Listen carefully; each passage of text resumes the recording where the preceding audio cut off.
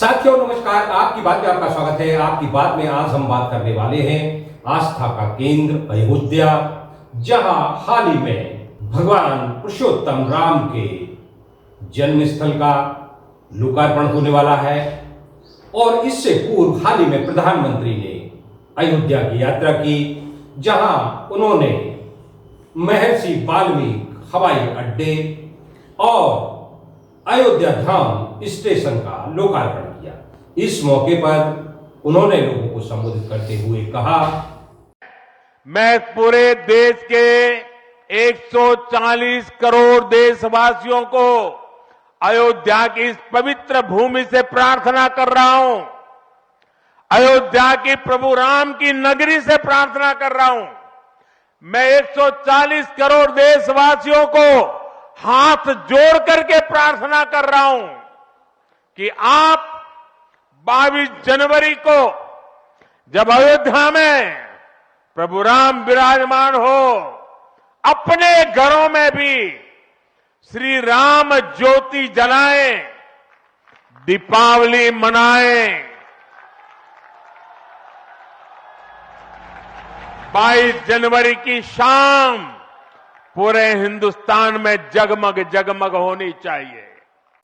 तो वहीं राजनीति का केंद्र बन चुके मध्य प्रदेश में हाल ही में मंत्रिमंडल गठन के बाद मध्य प्रदेश के मुख्यमंत्री डॉक्टर मोहन यादव ने विभागों का वितरण किया और उन्होंने कहा, ओंकारेश्वर और खास करके खंडवा जिले के आज संत सिंगाजी महाराज की समाधि स्थल पर आया हूँ और नर्मदा जी के किनारे का ये बड़ा अद्वितीय स्थान है। परमात्मा की कृपा से, साधु संतों के भरोसे से हमारे यहाँ आध्यात्मिक चेतना का सदैव प्रवाह बना रहता है। मैं अपने नए सरकार के नए मंत्रिमंडल के नए सदस्यों के नाम की सूची देने के बाद जनता को समर्पित करते हुए नया मंत्रिमंडल जनता की सेवा का नया संकल्प लेगा। 28 ही मंत्रियों को अलग अलग विभागों की जवाबदारी दी गई है। 2 उप मुख्यमंत्री वो पहले से हमारे बीच में थे, सबको काम का विभाजन कर दिया गया है और उम्मीद करते हैं कि ये आने वाले 5 साल बहुत डट के काम करेंगे और प्रदेश को नई ऊंचाइयों तक ले जाएंगे। बहुत बहुत शुभकामनाएं। इसमें अभी मैं कुछ नहीं धीरे आराम से को तो मत गिराओ। अरे आराम से जाओ भैया। जब लोकसभा चुनाव नजदीक है, इस मौके पर रूट लेवल पर प्रधानमंत्री वंदन और प्रधानमंत्री जनमन की धमक अलग दिखाई पड़ती है। ऐसे ही एक गांव हातोद में केंद्रीय सरकार के प्रतिनिधि और जिले के प्रतिनिधियों ने मिलकर लोगों के बीच संवाद किया। मोड में दे दे तो हम गांव भेज और अच्छा ये यहाँ वहाँ जाए, आपको हम सूचना दे देंगे।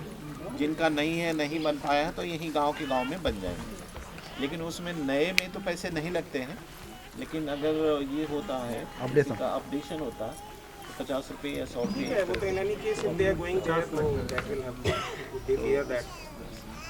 अपडेशन तो पोस्ट ऑफिस में जाते हैं। अपडेशन पोस्ट ऑफिस से केवल मोबाइल नंबर का और जन्म तिथि के लिए यू नीड ओनली जन्म तिथि में दिक्कत आती है, बाकी एड्रेस चेंज ये सब तो आराम से हो जाता है। जन्म तिथि में थोड़ा सा वो शक देखते हैं कि एग्जैक्ट। एक PM जनमन योजना चालू करी, कौन के काज हैं जो अपने आदिवासी पूरे शहरी जनजाति तो उनको PBTG भैया थोड़ा सा सारे लोग शांत हैं।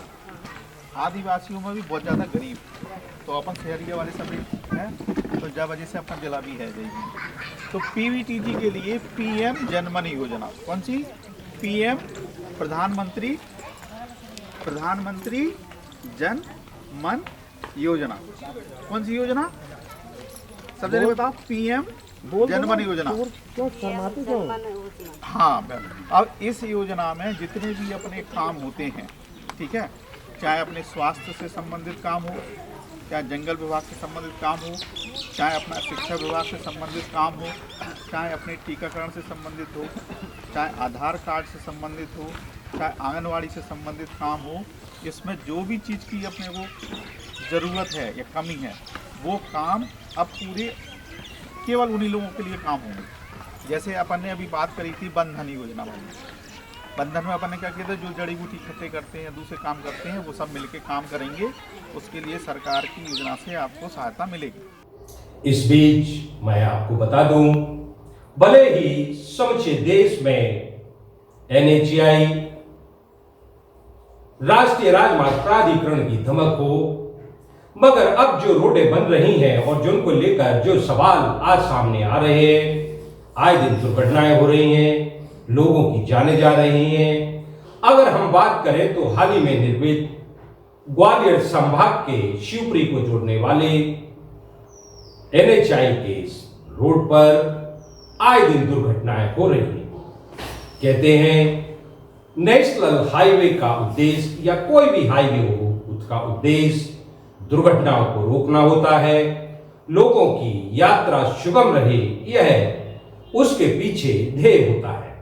मगर जिस तरह से गहरे मोड़े दी जा रहे हैं, अंधे मोड़ बनाए जा रहे हैं, निश्चित ही हाईवे की गुणवत्ता पर सवाल उठना स्वाभाविक है। अभी हाल ही में कई ऐसी दुर्घटनाएं हो चुकी हैं जिसको लेकर लोगों ने केंद्र सरकार से लेकर राज्य सरकार तक तमाम शिकायतें की। तो वहीं हाल ही में पुलिस ने भी अपने हाथ दिखाते हुए कुछ ऐसे अपराधियों को पकड़ा है जो डकैती की जुगाड़ में थे, डकैती डालना चाहते थे। ऐसे लोगों को सबक सिखाने जब पुलिस ने गोलबंद होकर कार्रवाई की तो कुछ लोग पकड़े गए। इस प्रकरण को लेकर थाना प्रभारी ने क्या कहा, आइए हम आपको दिखाते हैं। रात में जो बदमाश पकड़े गए हैं वो क्या मामला है? रात्रि को मुखो द्वारा सूचना प्राप्त हुई कि 4-5 बदमाश जो हथियारों से लैस हैं, खेटा गाड़ी में बैठे हुए हैं तथा कलेक्टर और पेट्रोल पंप पर डकैती डालने की योजना बना रहे हैं। उस सूचना पर से दबिश दी गई।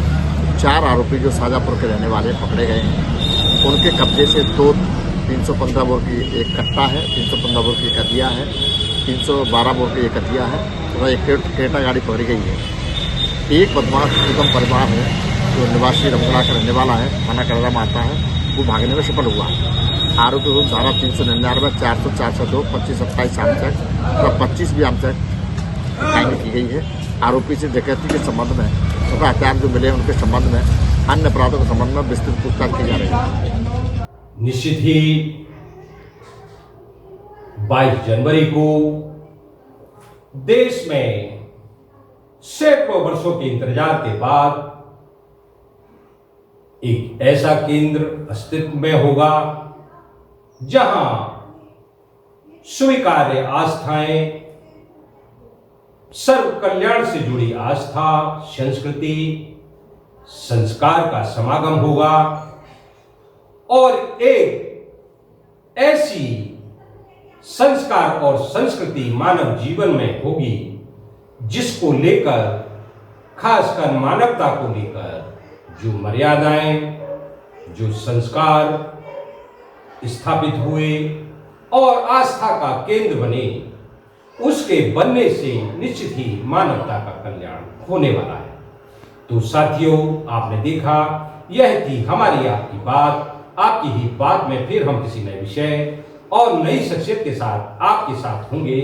तब तक के लिए BS भुल्ली का नमस्कार। की बात BS भुल्ली के साथ आपकी बात कहने संपर्क करें।